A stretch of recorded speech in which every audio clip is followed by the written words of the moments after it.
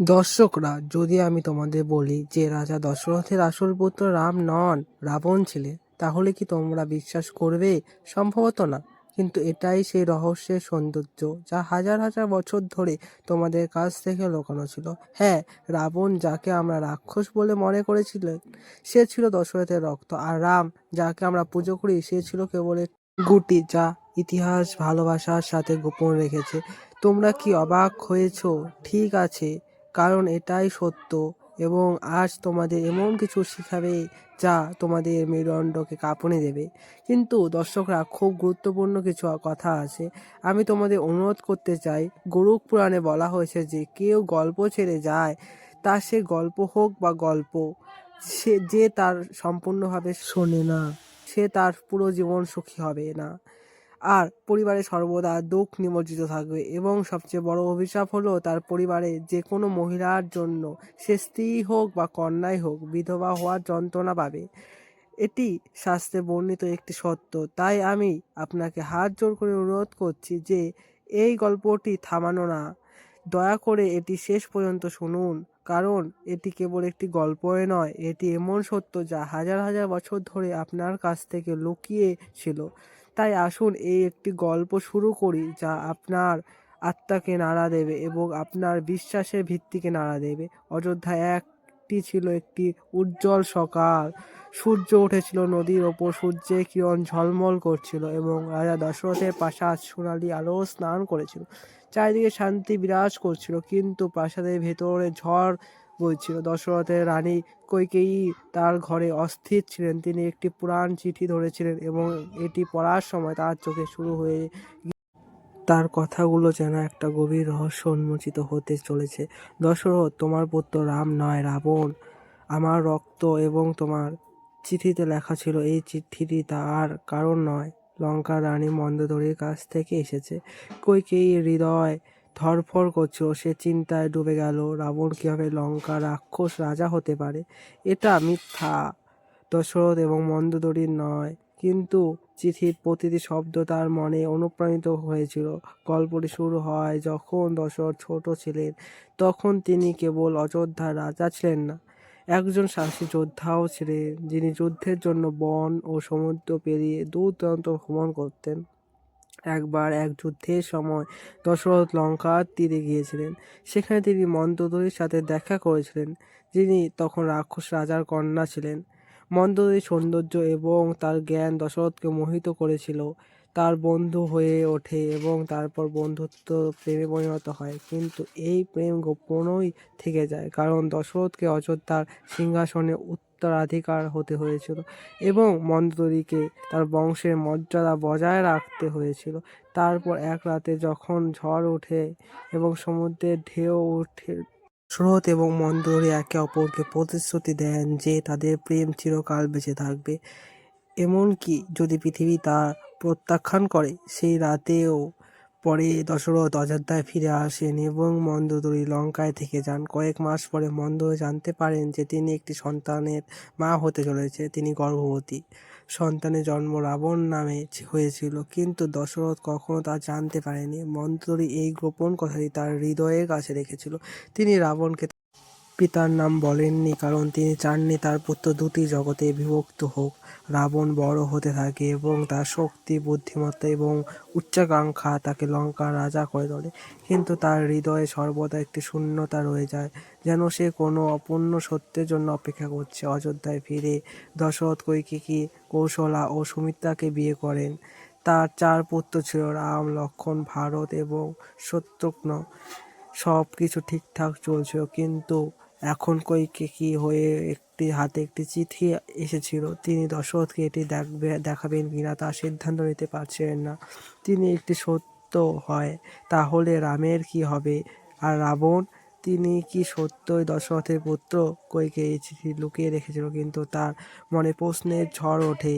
দশরথ কি সত্যি এত বড় রহস্য লুকিয়ে রেখেছিলেন? আর যদি রাবণ তার পুত্র হয়, তাহলে কি রাম এবং রাবণ ভাই? ইতিমধ্যে লঙ্কার রাবণ বারবার একটি রহস্যময় স্বপ্ন দেখছে। স্বপ্নে একটি সোনার প্রাসাদ, একজন রাজা এবং একজন মহিলা তাকে ডাকছে। সে বুঝতে পেরেছিল না এই স্বপ্নগুলো তাকে কি বলছে। সে তার গুরুকে জিজ্ঞাসা করল এবং সে বলল, রাবণ, আমার অতীত তোমাকে ডাকছে। তোমাকে অবশ্যই অযোধ্যায় যেতে হবে। অযোধ্যার রাত নীরব ছিল, প্রাসাদের দেওয়ালে নীরব ছিল, কিন্তু কইকেয়ীর হৃদয় উত্তেজিত ছিল। সে বারবার সেই পুরনো চিঠিটি পড়তে থাকে, যেখানে মন্দোদরী লিখেছিলেন যে রাবণ দশরথের পুত্র। কইকেয়ীর মন দোলাচ্ছিল, যদি এসে সত্য হয় তাহলে দশরথ আমার কাছ থেকে এত বড় গোপন কথা কেন লুকিয়ে রেখেছে। সে রাগ এবং ভয়ে মধ্যে কাতরাচ্ছিল। অবশেষে উঠে দশরথের ঘরে গেল। দশরথ তার শোবার ঘরে একা ছিলেন। প্রদীপ আবছা আলোয় কিছু একটা ভাবছিলেন। কইকেয়ী দরজায় টোকা দিয়ে ভেতরে গেলেন। মহারাজা, আমার আপনার সাথে কথা বলা দরকার। কইকেয়ীর কণ্ঠে এক অদ্ভুত গম্ভীর ছিল। দশরথ তার এদিকে তাকালো এবং তার মুখে অস্তিত্বের ভরে উঠল। কি ব্যাপার কইকেয়ী, তুমি এত রাতে এখানে? দশরথ জিজ্ঞাসা করলেন। কইকেয়ী একটা দীর্ঘ নিঃশ্বাস ফেলে চিঠিটি তার সামনে রাখলেন। এটা পড়ো এবং বলো এটা সত্যি কিনা। দশরথ চিঠিটি তুলে নিলেন। কথাগুলো দেখার সাথে সাথে তার মুখ ফ্যাকাশে হয়ে গেল। মন্দোদরীর গলা বন্ধ হয়ে গেল। সে চুপ করে রইল, যেন একটা পুরনো ক্ষত আবার খুলে গেছে। বলো মহারাজ, রাবণ কি তোমার ছেলে? তুমি কি আমার এবং আমার এই সমগ্র জগতের কাছে থেকে এত বড় সত্য লুকিয়ে রেখেছিল? কইকেয়ীর কণ্ঠে রাগ ও যন্ত্রণা ভরে উঠল। দশরথ মাথা নিচু করে রইল। কইকেয়ী, এটা অনেক পুরনো গল্প। আমি এখনো কল্পনাও করতে পারি না যে এই গোপন রহস্য এভাবে প্রকাশিত হবে। তারপর তিনি ধীরে ধীরে লঙ্কার বহু বছর আগে শুরু হওয়া গল্পটি বলতে শুরু করলেন। মন্দোদরীর সাথে তার সাক্ষাৎ, তাদের প্রেম এবং সে রাতে সবকিছু বদলে গিয়েছিল।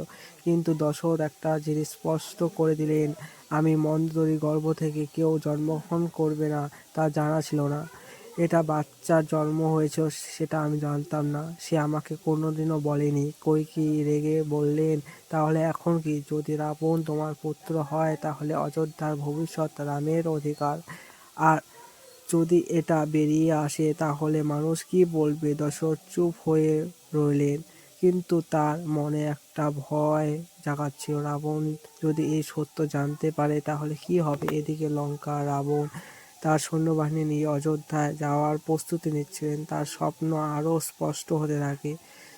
সেই সোনার প্রাসাদ, সেই রাজা আর সেই মহিলা যা তাকে ডাকছিল, সবকিছু এখন একটি গন্তব্যের দিকে ইঙ্গিত করছিল। কিন্তু রাবণ জানতে না যে তার যাত্রা সহজ হবে না।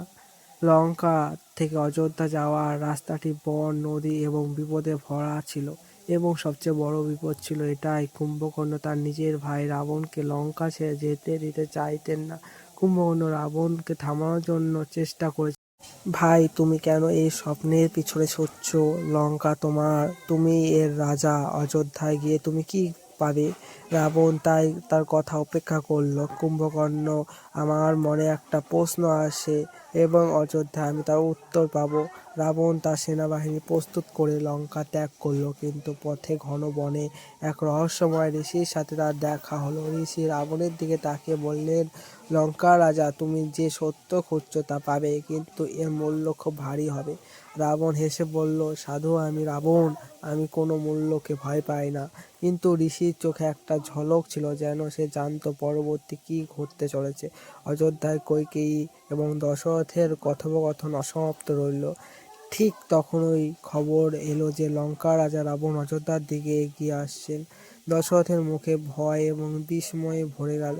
রাবণের পদধ্বনি শব্দে বনের নীরবতা ভেঙে গেল। তার সেনাবাহিনী পিছু পিছু এলো, কিন্তু তার মন অন্যত্র ছিল। রহস্যময় ঋষির কথা বারবার তার মনে প্রতিধ্বনিত হচ্ছিল। দাম অনেক বেশি হয়ে গেল। রাবণ নিজেকে বললেন, আমি রাবণ, লঙ্কার রাজা, কোনো দামই আমাকে থামাতে পারে না। কিন্তু তার হৃদয় অস্থির ছিল। স্বপ্নে দেখা সোনার প্রাসাদ এবং মহিলার কণ্ঠস্বর স্পষ্ট হয়ে উঠছিল। তার মনে হয়েছিল যে অযোধ্যায় কিছু তার জীবন সবচেয়ে বড় সত্য প্রকাশ করতে চলেছে। ইতিমধ্যে অযোধ্যা অশান্তিতে ডুবে গেল। খবর এলো যে রাবণ তার সেনাবাহিনী নিয়ে বন পার হয়ে অযোধ্যার দিকে এগিয়ে আসছে। দশরথের দরবারে এক নীরবতা নেমে এলো। রাম, লক্ষ্মণ, ভারত এবং শত্রুঘ্ন তাদের বাবার সামনে দাঁড়িয়েছিলেন। রামের চোখে প্রশান্তি ছিল, কিন্তু মনে নানা প্রশ্ন ঘুরপাক খাচ্ছিল। বাবা লঙ্কার রাজা কেন অযোধ্যা আসছেন? তিনি কি যুদ্ধ করতে চান? রাম শান্ত স্বরে জিজ্ঞাসা করলেন। দশরথের চোখ অবনত। কইকেয়ী তার পাশে দাঁড়িয়েছিলেন এবং তার চোখে রাগ এবং ভয়। দশরথ একটা গভীর নিঃশ্বাস ফেলে বললেন, রাম, এটা এত সহজ নয়। রাবণ দশরথকে থামালেন। তিনি সত্যটা বলতে চেয়েছিলেন, কিন্তু কথাগুলো তার গলায় আটকে গেল। কইকেয়ী এগিয়ে এসে বললেন, রাম, সত্য জানার অধিকার তোমার আছে। রাবণ হয়তো তোমার, কিন্তু তিনি তাও থামিয়ে দিলেন। রাম অবাক হয়ে তার দিকে তাকালেন। কি মা? রাবণ হয়তো আমার? ঠিক তখনই একজন সৈনিক দরবারে ছুটে এলো। মহারাজ, বনের রাবণের সৈন্যবাহিনী আক্রমণ করছে। কোনো অজানা শক্তি তাদের থামাচ্ছে। ক্রোধ এবং রাম হতবাক হয়ে গেলেন। রাবণকে কে থামাতে পারে? লক্ষ্মণ তৎক্ষণাৎ জিজ্ঞাসা করলেন। তার ধনুকে শক্ত করে ধরে। এদিকে বনে রাবণের সেনাবাহিনী এক অদ্ভুত বিপর্যয়ের মধ্যে পড়ে গেল। রাবণ যে ঋষি রাবণকে খুঁজে পেয়েছিলেন, তিনি এখন একটি বিশাল গাছের নিচে দাঁড়িয়ে আছেন। তিনি তার হাত তুললেন এবং বনে লতা, গাছ এবং মাটি থেকে অদ্ভুত শক্তি নির্গত হতে শুরু করল। রাবণের সেনাবাহিনী তরবারি এবং বর্শা অকাজ হয়ে গেল। রাবণ ঋষির দিকে ক্রুদ্ধভাবে তাকিয়ে চিৎকার করে বলল, তুমি কি? আর কেন তুমি আমার পথে দাঁড়িয়ে আছো? ঋষি শান্তভাবে উত্তর দিলেন, আমি বনদেবতার দূত। রাবণ, তোমার সত্য অযোধ্যায় নিহিত, কিন্তু তা পৌঁছানোর জন্য তোমাকে প্রথমে তোমার ভেতরে রাক্ষসকে পরাজিত করতে হবে। রাবণ ক্ষুব্ধ হয়ে উঠলেন, আমার ভেতরে রাক্ষস হলো আমার ভেতরে রাক্ষস, এবং কেউ আমাকে থামাতে পারবে না। সে তার তরবারি তুলে ঋষির দিকে আক্রমণ করলো, কিন্তু তারপর মাটি ফেটে গেল এবং একটি উজ্জ্বল আলো রাবণকে পিছনে ঠেলে দিল। ঋষি অদৃশ্য হয়ে গিয়েছিল, কিন্তু তার কণ্ঠস্বর বাতাসে প্রতিধ্বনিত হচ্ছিল। রাবণ সত্যের পথ সহজ নয়। তার সেনাবাহিনী ভয়ে ছত্রভঙ্গ হয়ে গিয়েছিল, কিন্তু তিনি তাদের পুনরায় সংগঠিত করেছিলেন এবং অযোধ্যায় যাব বলেছিলেন। তাই ঘটুক, যাই ঘটুক না কেন, তিনি গর্জে উঠলেন। ইতিমধ্যে অযোধ্যায় রাম নিজের বনে গিয়ে রাবণের মুখোমুখি হওয়ার সিদ্ধান্ত নেন। আর এখন প্রিয় দর্শক, আমি অবশেষে আপনাদের একটি গুরুত্বপূর্ণ কথাই বলতে চাচ্ছি। যদি আর আমি একসাথে পৃথিবীর প্রতিটি জীবকে সাহায্য করার জন্য একটি ছোট অঙ্গীকার করতে পারি, তা সে পুরো মানুষ, পশু, পাখি হোক না কেন, তুমি যদি তোমার ছোট্ট অংশটুকু দিতে চাও, তাহলে অনুগ্রহ করে এই চ্যানেলটিকে সাবস্ক্রাইব করো, এই ভিডিওটা লাইক করো, কারণ প্রতিটি লাইকের মাধ্যমে আমরা কারো না কারোর জন্য প্রার্থনা করি। মন্তব্যে শ্রদ্ধার সাথে জয় শ্রী রাম লিখো সঙ্গে, এবং তার সাথে আমাদের বলুন সীতার কতটি সন্তান ছিল। আর হ্যাঁ, দয়া করে এই ভিডিওটি আপনাদের বন্ধুদের এবং পরিবারের সাথে শেয়ার করুন, যাতে এই সত্যটি যতটা সম্ভব মানুষের কাছে পৌঁছায়। ধন্যবাদ। খুব শীঘ্রই আবার আপনাদের সাথে কোনো নতুন ভিডিও দেখা হবে। দয়া করে আপনি ভিডিওটিতে একটি লাইক করুন ও শেয়ার করুন, যাতে একে অনেককে সাহায্য করতে পারি। ও কমেন্টে জয় শ্রীরাম লিখতে